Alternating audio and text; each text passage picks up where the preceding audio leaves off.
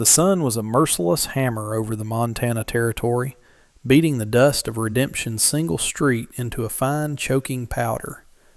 It was a heat that baked the promises out of a man, leaving only the hard truth of the land. For the Callahan brothers, that truth was a sprawling, prosperous ranch, rich with water, but empty of life. It was a silence that had finally grown too loud to bear. Arthur, the eldest, carried the weight of their legacy in the set of his shoulders. Bo, a mountain of quiet strength, felt the emptiness in the fields he so lovingly tended. Flynn, with a rogue smile that rarely reached his eyes, deflected it with sharp jests. And Leo, the reader and thinker, saw it in the stark equation of 4 men and 1,000 acres of solitude. Their solution, arrived at over a winter of grim silence and cheap whiskey, was radical, desperate, and now imminent. An advertisement placed months ago in a San Francisco newspaper, a transaction of telegrams and bank drafts, a promise of 4 brides from a world away. They stood on the warped planks of the stagecoach office porch, 4 pillars of Western stoicism, waiting for a future they had purchased, sight unseen. The groan of axles preceded the coach, a 6-horse beast coated in the ochre dust of the plains. It lumbered to a halt, the horses heaving, their hides slick with sweat. The driver spat a stream of tobacco juice. "They're here, Callahan, all 4. The door swung open, a rectangle of shadow in the blinding glare. The first to emerge moved with a deliberate grace that seemed entirely out of place in this raw-boned town. Then another, and another, and a 4th, until they stood in a line, a silent and formidable quartet. A murmur rippled through the few onlookers. It wasn't just that they were from a distant shore. It was the startling, undeniable fact of their faces. They were sisters. Arthur felt the gazes of the entire town burn into his back. He had prepared for complications. Women who might take one look at the vast, unforgiving sky and demand the next coach back east. Women who might not adapt. Women who might be nothing like their descriptions. He had not, in any calculation, prepared for this. 4 sisters. A family, delivered to his doorstep like a crate of goods. He stepped forward, the dust crunching under his boots, his brothers flanking him in a silent, formidable line. The eldest sister met his gaze without flinching. Her expression was one of serene composure, a mask of dignity that revealed nothing and challenged everything. He cleared his throat, the sound unnaturally loud in the sudden hush. "I am Arthur Callahan." He gestured to his brothers in turn. "This is Bo, Flynn, and Leo." The woman inclined her head slightly, a gesture of profound and formal respect. "I am Leanne. These are my sisters, Shu, Gia, and An."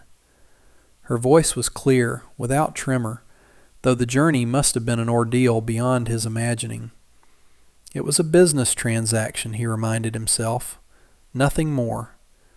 But the sight of them, huddled together not in fear, but in a silent pact of mutual support, struck a chord of something deeper, something that complicated the simple arithmetic of his plan. Flynn, ever the one to break a silence, stepped forward with a half smile. "Well, I'll be. A full house." The sister he addressed, Gia, pinned him with a look as sharp as a shard of glass, and his smile faltered. There was a fire in that one, a warning. Bo, ever gentle, simply nodded toward the wagon, his concern for their comfort overriding his shock. "We have the wagon ready. It's a long ride to the ranch." It was Leanne who answered, her eyes scanning the faces of all 4 brothers, a careful and unnervingly accurate assessment. "We are ready, Mr. Callahan." Her gaze lingered on Arthur, a silent acknowledgment that this arrangement, this strange and unprecedented beginning, rested between them. The journey to the Callahan ranch was a silent testament to the scale of their new world. The sisters sat in the back of the buckboard, watching the landscape unspool in an endless tapestry of sagebrush, rock, and a sky so vast it seemed to press down on the earth. To them, it must have looked like the edge of the world, a place where the familiar rules of existence had been erased and rewritten in a language of wind and dust. The brothers rode alongside, a mounted guard for their newly acquired family. Arthur rode at the head, his posture rigid, his mind racing. An arrangement for 4 separate women was one thing. A covenant with a family was another entirely. He felt the weight of 4 lives, 4 futures settling upon him, heavier than any mortgage or cattle drive. He had sought a wife to build a legacy, but he had inadvertently imported a dynasty. He glanced back at Leanne. She sat straight-backed, her hands folded in her lap, her expression unreadable as she surveyed the land that was to be her home. She was not a timid bride. She was a queen surveying a new and wild kingdom. Flynn trotted his horse closer to the wagon, attempting to engage the fiery Gia again. "It's not much to look at right now," he offered, gesturing to the rugged terrain. "But it has a certain charm once you get used to it." Gia's eyes met his. "I do not require charm, Mr. Callahan. I require honesty." Flynn was taken aback, a rare occurrence. He tipped his hat. "Flynn, just Flynn. And you'll get honesty from me, Miss Gia, whether you like it or not." A flicker of something, perhaps respect, crossed her face before she turned away. Near the back, Beau's large, gentle presence seemed to offer a silent comfort to Shue, whose quiet demeanor suggested a sensitive spirit. He pointed to a hawk circling high above. "Redtail," he said, his voice a low rumble. "Good hunters. They keep the snakes down." Shue followed his gaze, a small, genuine smile gracing her lips for the first time. It was a simple offering, a piece of this new world given freely, and she accepted it. Leo, meanwhile, rode in quiet observation, his attention drawn to the youngest, Anne. She was the most withdrawn of the sisters, her gaze constantly scanning their surroundings, not with curiosity, but with a deep, ingrained vigilance. He saw a tremor in her hands she tried to hide, and recognized the echo of a fear he knew all too well. The Callahan homestead appeared first as a dark line on the horizon, slowly resolving into a collection of sturdy, unadorned buildings, a large ranch house, a formidable barn, and a web of corrals. It was a place built for work, not comfort, a fact that was starkly evident the moment the sisters stepped across the threshold. The air inside was thick with the scent of old wood, leather, and the lingering solitude of 4 bachelors. Dust motes danced in the shafts of late afternoon sun, illuminating worn floorboards and furniture built for function alone. There were no curtains on the windows, no softness to blunt the hard edges of the rooms. The brothers stood awkwardly in the center of the main room, suddenly seeing their home through the eyes of these women. What had been familiar and functional now seemed crude and unwelcoming. Leanne surveyed the space with the same calm appraisal she had given the landscape. She ran a hand over the dusty mantelpiece, leaving a clean streak. "It is a strong house," she said, her tone neutral. It was not a compliment, but a statement of fact, an assessment of the foundation upon which they were to build. In the days that followed, a quiet transformation began. The sisters moved through the house with a silent, synchronized efficiency that was both baffling and mesmerizing to the brothers. Without a word of complaint, they began to impose order on the chaos. Windows were washed until they gleamed, letting in a brighter, cleaner light. Floors were scrubbed, and the scent of soap and drying herbs began to replace the stale air. Shue, it turned out, had a gift for cooking. The brothers' monotonous diet of beef, beans, and hard biscuits was replaced by meals that were subtle, fragrant, and astonishingly delicious, coaxed from the same limited supplies they had always used. Gia, with her boundless energy, took to the neglected vegetable garden, attacking the weeds with a ferocity that made Flynn grin. He'd lean on the fence, offering unsolicited advice, just to watch her eyes flash with indignation. "You'll break your back that way," he'd drawl. "And you will break your neck if you do not move," she would retort without looking up. It was their strange courtship, a battle of wills fought over tomato vines and rows of corn. One afternoon, Leo found Anne in the small, neglected room that served as his library. She was holding one of his treasured books, a collection of poetry, tracing the letters on the cover with a delicate finger. She looked up, startled, as he entered, and made to put it back. "Please," he said softly, "it is for reading." She hesitated, then opened it, her expression softening as she scanned the pages. "Where I am from," she said, her voice barely a whisper, "books were a luxury for men." Leo felt a pang of anger at the injustice. He pulled another volume from the shelf, a book of botanical drawings. "This land has its own poetry," he said, opening it to a page showing a resilient prairie flower. "You just have to learn its language." They spent the rest of the hour in comfortable silence, turning pages, sharing a space of quiet discovery. Anne's vigilance seemed to ease in the stillness of the room, her shoulders losing some of their tension. But the peace of the ranch was a fragile thing. The name Jasper Thorne had begun to circulate with increasing frequency, a shadow creeping at the edges of their new life. He was a man who collected land the way other men collected stamps, using intimidation and violence to seize whatever he coveted. The Callahan Ranch, with its year-round creek, was the jewel of the valley, and Thorne wanted it. Arthur knew a confrontation was inevitable. He saw the worry reflected in Leanne's eyes as they stood on the porch one evening, watching the sun bleed across the horizon. "He will not stop," she said, her voice low. It wasn't a question. "No," Arthur admitted, his voice grim. "Men like that never do." He looked at her, at the strength in her profile, and felt a powerful, unfamiliar surge of protectiveness that went far beyond the bounds of their business arrangement. This was her home now. He would not let any man threaten it. The summer storm rolled in from the west without warning, a bruised purple mass that swallowed the sky. The wind rose to a demonic howl, rattling the window panes and stripping leaves from the cottonwood trees. Rain fell in solid, blinding sheets, turning the dusty yard into a churning sea of mud. Inside the ranch house, the sisters huddled together, the ferocity of the storm a terrifying echo of the typhoons they had known in their homeland. A particularly violent gust of wind forced the main door open with a deafening crack, sending a cascade of rain and debris into the room.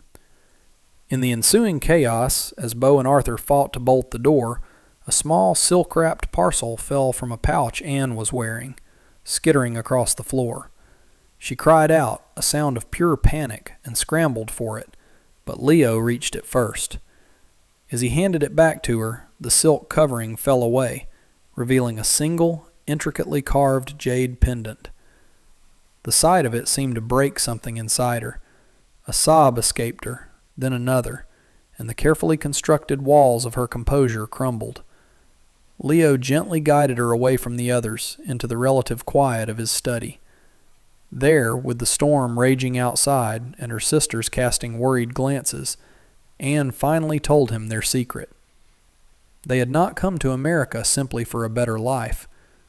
They had fled. Their father, a merchant with a weakness for gambling, had fallen into insurmountable debt to a ruthless triad leader in their province, a man known for his cruelty and possessiveness.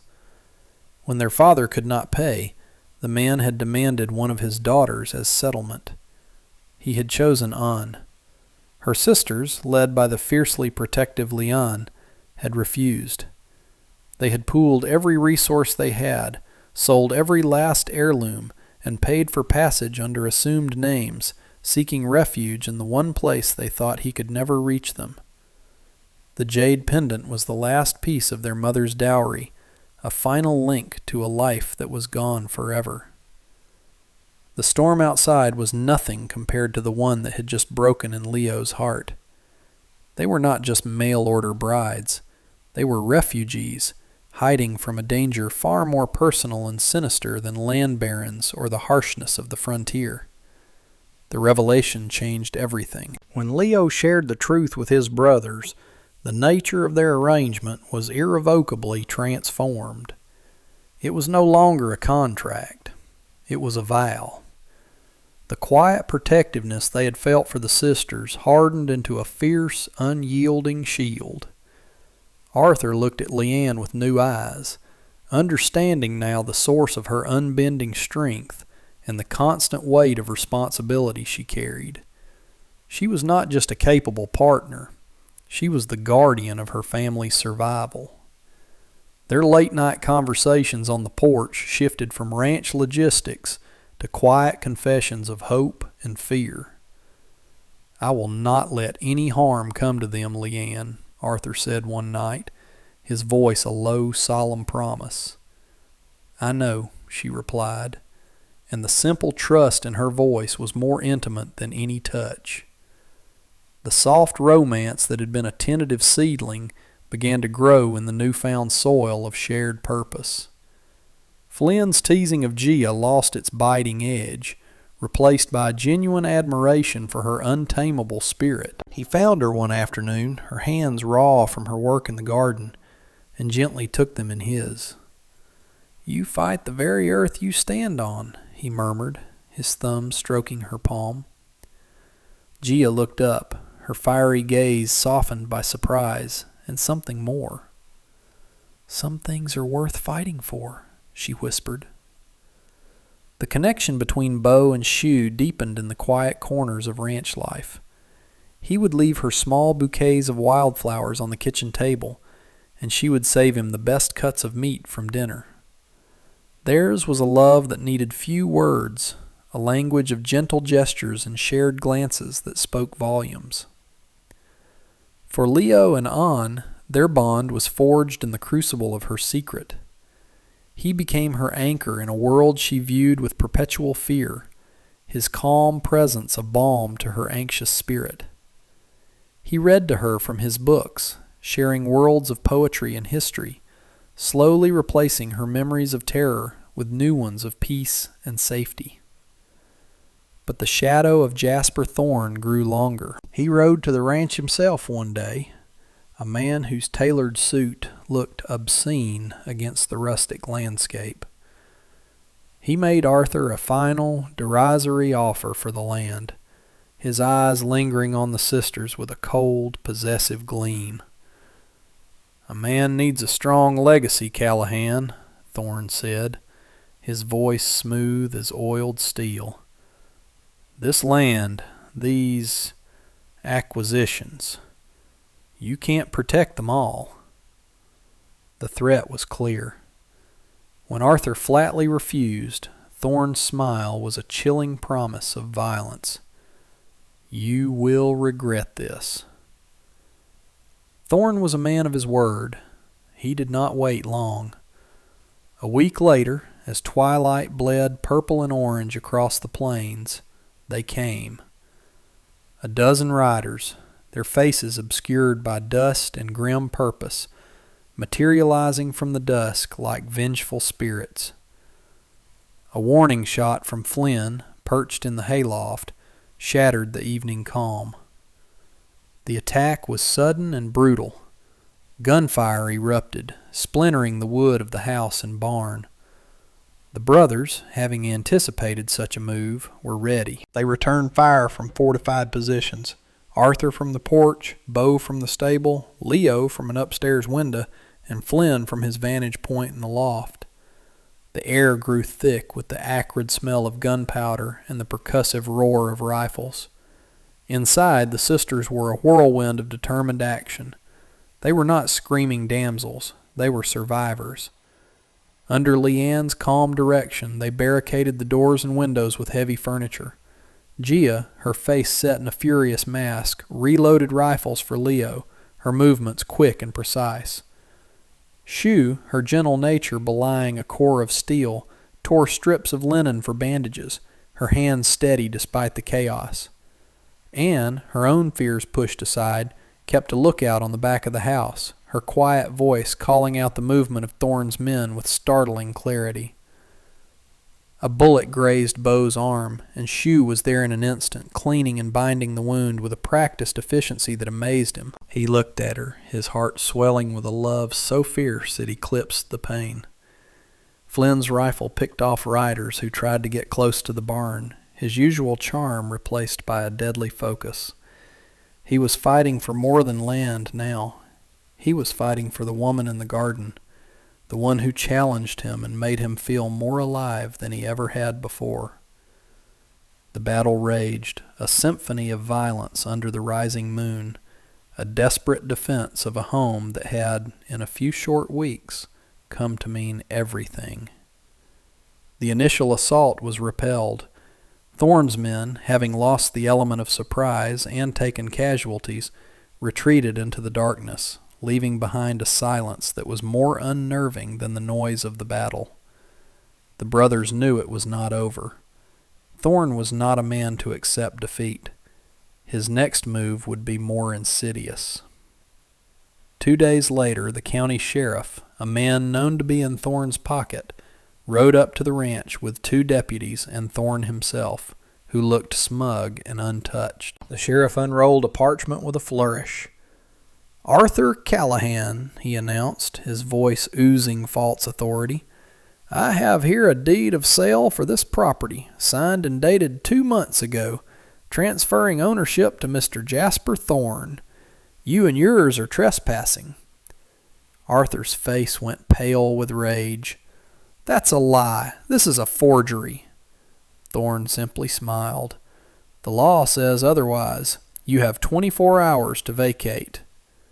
It was a checkmate, a legal trap from which there seemed no escape. But Thorne had underestimated his opponents. As Arthur prepared to argue, Leo stepped forward, a book in his hand. "Sheriff, may I see that document?" he asked calmly. Reluctantly, the sheriff handed it over. Leo examined it, his eyes scanning the text, then the signatures, then the official seal. He then turned to a map he had brought from the house. "Interesting," Leo murmured.